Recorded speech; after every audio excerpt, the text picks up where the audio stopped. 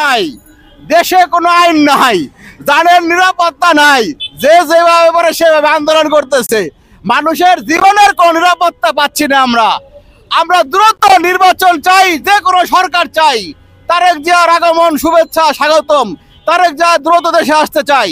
দেশে কোনো আন্দোলন হয়, তারা তার যার পেট সে ভরে।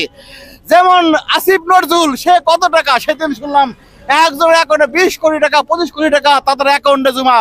তারা এত টাকা কইতে বলো ফকিন্নির পুত সব।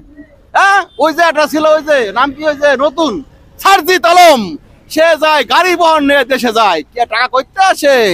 জনগণের টাকা মাসে জুন মাস শেষ, কর দাও, ট্রেড লাইসেন্স রিনিউ করো, এই রিনিউ করো, আইআরসি রিনিউ করো, কোটি কোটি টাকা সব। তার লোন সে তার যে সুদ নিতলা সে ঠিকই মাফ করছে, আমার লোনের টাকা সে মাফ করে দেয় না। আমি কয় টাকা লোন নিছি, আমার কালকে কেসের ডেট, আমারটা কেন মাফ হবে না, তারটা মাফ হলো?